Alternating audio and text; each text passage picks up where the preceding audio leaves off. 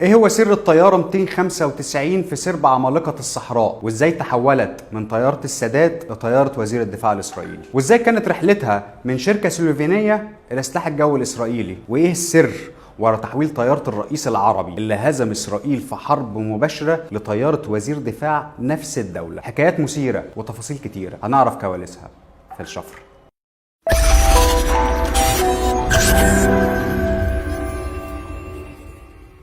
اهلا بيك سيدي المواطن في حلقه جديده من الشفره. في مطلع شهر فبراير الجاري وصل وزير الدفاع الاسرائيلي بيني جانتس الى البحرين في اول زياره رسميه ليه بعد تطبيع العلاقات بين تل ابيب والمنامه في سبتمبر 2021. لحد هنا خبر عادي جدا وطبيعي جدا. زياره وزير الدفاع الاسرائيلي للبحرين ربما تكون اثارت الجدل على الصعيد السياسي، خاصه بين اوساط كل الناس اللي رافضه تطبيع العلاقات بين اسرائيل ودول الخليج او الدول العربيه عموما في الفتره الاخيره. لكن كل الجدل ده اختفى تماما بمجرد ما ظهرت صوره طيارة بيني جانتس. والحقيقة سيدي المواطن ان الموضوع يبدو انه مجرد طيارة لوزير دفاع دولة، لكن بالنسبة لنا الموضوع مختلف. الطيارة اللي وصلت وزير دفاع اسرائيل للبحرين عمرها في تل ابيب حوالي 11 سنة بس، وهي بالتأكيد من افضل طيارات سلاح الجو الاسرائيلي، لكنها اهم طيارة على الاطلاق. الطيارة اللي نقلت بيني جانتس من تل ابيب للمنامة هي نفس الطيارة اللي نقلت الرئيس الراحل محمد انور السادات من القاهرة لتل ابيب في نوفمبر 77. يعني ببساطة كده طيارة وزير دفاع إسرائيل هي نفس طيارة رئيس مصر واللي راح بيها يلقي خطابه الشهير والتاريخي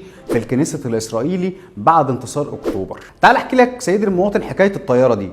اولا كده الطياره دي من طراز بوينج 707 وكانت مملوكه لمصر واطلق عليها طياره الرؤساء لانها في البدايه كانت طياره السادات ثم انتقلت وبعد كده وبقت طياره مبارك. الطياره دي اشترتها مصر في سبعينات القرن الماضي واصبحت اشهر طياره رئاسيه مصريه خلال القرن العشرين وحملت زير رقم 01، وهي الطيارة اللي أقلت السادات في أشهر وأهم رحلة الرئيس عربي لتل أبيب سنة 77، واللي قال فيها السادات خطابه الشهير في الكنيست. وفي العام اللي بعده وقعت مصر اتفاقية كامب ديفيد للسلام مع إسرائيل. الطيارة دي كمان أقلت الرئيس الأسبق محمد حسني مبارك في رحلته الأولى والأخيرة لإسرائيل في سنة 97 عشان يشارك في تشييع جنازة رئيس الوزراء الإسرائيلي السابق إسحاق رابين، وظلت في الخدمة عشرات السنوات حتى لحظة بيعها ثم وصولها لتل أبيب. طب ايه حكايه السرب 120 الملقب بعمالقه الصحراء اللي طياره الرؤساء المصريه اصبحت تابعه ليه وحملت رقم 295؟ السرب 120 تابع لسلاح الجو الاسرائيلي ومهمته القيام بعمليات الشحن الجوي وتزويد الطيارات بالوقود جوا وتنفيذ عمليات الاستطلاع ومراقبه السواحل والتجسس. ومن مفارقات القدر ان السرب اللي بقت طياره السادات تابعه ليه هو نفس السرب اللي مصر اسقطت واحده من اهم واخطر طياراته من طراز بوينج 377 في 17 سبتمبر 71 في العمليه اللي اطلق عليها العمليه 27 رجب. خليني احكي لك سريعا كده سيدي المواطن حكايه العمليه 27 رجب ضد السرب 120 في سلاح الجو الاسرائيلي. الحكايه باختصار انه في سبتمبر 71 قررت اسرائيل تبعت طياره من طراز بوينج 377 عشان تقوم بعمليات تجسس واستطلاع للجبهه المصريه على طول قناه السويس، ونجحت قوات الدفاع الجوي المصريه في اسقاط الطياره دي بصواريخ سام 2 وسقط طياره في سيناء على بعد 22 كيلو متر غرب القناة، ولقى 7 من طاقمها مصرعهم ونجا شخص واحد بس تمكن من القفز من الطيارة قبل تحطمها. طب ازاي سيد المواطن تحولت الطيارة الرئاسية المصرية لإحدى طائرات سلاح الجو الإسرائيلي وكمان بتنقل وزير دفاع تل أبيب في رحلاته الخارجية؟ الطيارة من طراز بوينج 707 اللي أقلت السادات في أخطر وأهم رحلاته الرئاسية على الإطلاق مصر باعتها عام 2005 لشركة طيران مدنية أجنبية. الصحف الإسرائيلية ذكرت مرة إنها شركة أمريكية ومرة إنها شركة سلوفينية اسمها أوميجا إير، ثم اشترتها إسرائيل عام 2011 وضمتها لسلاح الجو وبتحديد السرب 120 اللي قلنا إنهم بيلقبوه بعمالقة الصحراء. مصر باعت الطيارة عام 2005 بعد ما توقفت الطيارة عن خدمة الرؤساء في ظل تحديث اسطول الطيارات المصرية. انتقلت ملكية الطيارة لشركة أجنبية مدنية ثم اتباعت لشركة تانية ثم اشترتها إسرائيل سنة 2011. وبحسب صحيفة يديعوت أحرنوت فالهدف كان من شراء الطيارة وضعها في متحف كبير وخاص للسلام تخليدا يعني لذكرى كامب ديفيد وانتهى الحرب بين مصر واسرائيل، وده طبعا ما حصلش. اسرائيل اشترت الطياره اجرت فيها تعديلات كتيره جدا عشان تقدر تدخل الخدمه من تاني وتبقى طياره وزير الدفاع كمان. بعد اعلان اسرائيل شراء طياره السادات او الطياره الرئاسيه الاشهر في مصر حصلت حالة من الجدل بين مؤيد لبيع الطيارة ورافض للفكرة، وتوجهت اتهامات كبيرة كتيرة لشركة مصر للطيران اللي خرج رئيسها في الوقت ده المهندس طيار حسين مسعود، ونفى مسؤولية الشركة عن بيع الطيارة الشهيرة. المهندس طيار حسين مسعود قال في تصريحات صحفية ان شركته ملهاش اي علاقة بالطيارة من قريب او من بعيد، وذكر ان الطيارة دخلت مصر سنة 74 وما كانتش مملوكة لمصر للطيران، وعلاقة الشركة بالطيارة لا تتعدى اجراء الصيانة ليها بس، وان الشركه شاركت في تقييم السعر الفعلي للطياره في سنه 2005 لما مصر قررت بيعها. رئيس مصر للطيران الاسبق قال كمان ان الطياره من طراز بوينج 707 كان ممنوع هبوطها بالمطارات الاوروبيه والامريكيه من سنه 1999 بسبب التلوث والضوضاء اللي بتسبب فيهم. ولاني لا اؤمن بالصدفه ابدا سيدي المواطن، فشراء اسرائيل لطياره السادات وسفر وزير دفاع تل ابيب على متنها لا هو صدفه ولا هو امر يمكن التجاوز عنه.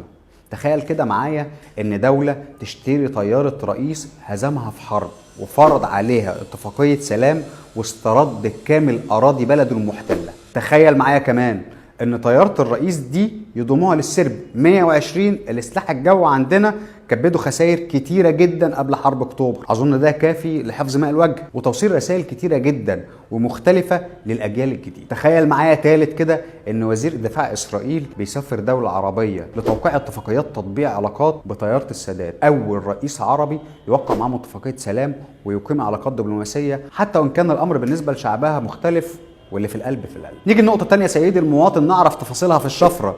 ايه طقوس السادات ومبارك داخل الطيارة الرئاسية الشهيرة؟ وايه هي ابرز المواقف ليهم في الرحلات على متنها؟ اللواء طيار ابو بكر حامد قائد الطيارة الرئاسية الخاصة بالسادات ومبارك حكى تفاصيل كتيرة جدا واسرار وكواليس عن رحلات السادات ومبارك داخل الطيارة الشهيرة طراز بوينج 707 اللي اشترتها اسرائيل، وقال ان اول اقلاع ليه مع الرؤساء كان في يناير سنة 77 مع الرئيس محمد أنور السادات وقت انتفاضة الخبز الشهيرة طبعا، وكان السادات في الطيارة وقت التظاهرات في الشارع. السادات كان بيقول لقائد الطيارة الرئاسية انه طلب منه وقتها يواصل التحليق فوق القاهرة علشان يقدر يشوف الناس من فوق، وقال ان السادات كان حزين جدا ومندهش من المشهد على الارض، وفضل يقول انه مش مصدق ابدا ان المتظاهرين دول مصريين وبيرتكبوا كمان عمليات تخريب وبيتسببوا في فوضى. السادات كمان وجه حديثه جوه الطيارة لوزير الخارجية والدفاع وقال لهم لا يمكن الشعب المصري يعمل كل الدمار ده في بلده، انا كان كل همي اصلاح الاقتصاد الضعيف بعد ما خسرنا كتير بعد نكسة 67 و73 في صفقات السلاح والاستعداد للحرب. وقال لهم كمان هل ممكن يكون المقابل لاصلاح الاقتصاد تخريب العربيات والمنشآت؟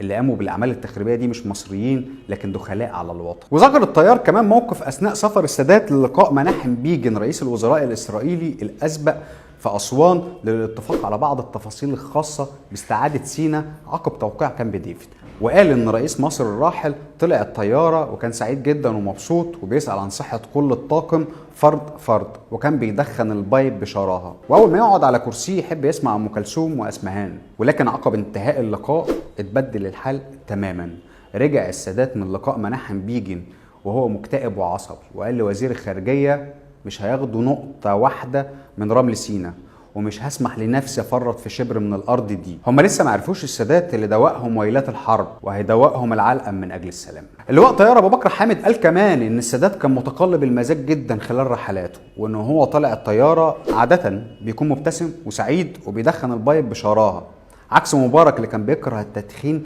جدا وما بيسمحش اي حد يدخن جوه الطياره. وقال كمان ان السادات كان بيحب دايما كابينة الطيارة تفضل مفتوحة قدامه عشان يقدر يتابع ردود افعال الطيارين في المواقف المختلفة جوه الطيارة. وذكر انه عقب تسلم العريش من الاسرائيليين طلب السادات سجادة صلاة جوه الطيارة وصلى هو والوفد المرافق ليه وبكى بحرقة شديدة جدا. السادات كان حريص جدا على كل التفاصيل خلال رحلاته جوه الطيارة، كان بيهتم بحالة كل المسافرين معاه وكان دائم الابتسامة بحسب طبعا شهادة اللواء طيار ابو بكر حامد اللي حكى كمان كواليس كتيرة عن رحلاته مع مبارك. قال الطيار الرئاسي ان مبارك كان بيمتلك ذاكرة حديدية لا بينسى الوشوش ولا الاسماء، وفي اول اقلاع ليه معاه فوجئ بانه يقول له انا شفتك قبل كده، مش انت النقيب ابو بكر؟ ايه اللي جابك هنا؟ فجاوبه طبعا اللي هو ابو بكر انه اتنقل لخدمه نقل الشخصيات المهمه، فرد عليه الرئيس ان هو طيار شاطر ويعتمد عليه. وذكر كمان الطيار ان مبارك كان دقيق جدا في كل شيء وبيلتزم بالوقت والمواعيد. دي كل الحكايه عن طياره السادات او الطياره الرئاسيه المصريه الاشهر ورحله وصولها لاسرائيل وكواليس تمت بداخلها. حكايه خلصت لكن حكاياتنا كتيرة ما بتخلص. نشوفكم قريبا في حلقة جديدة من الشفرة.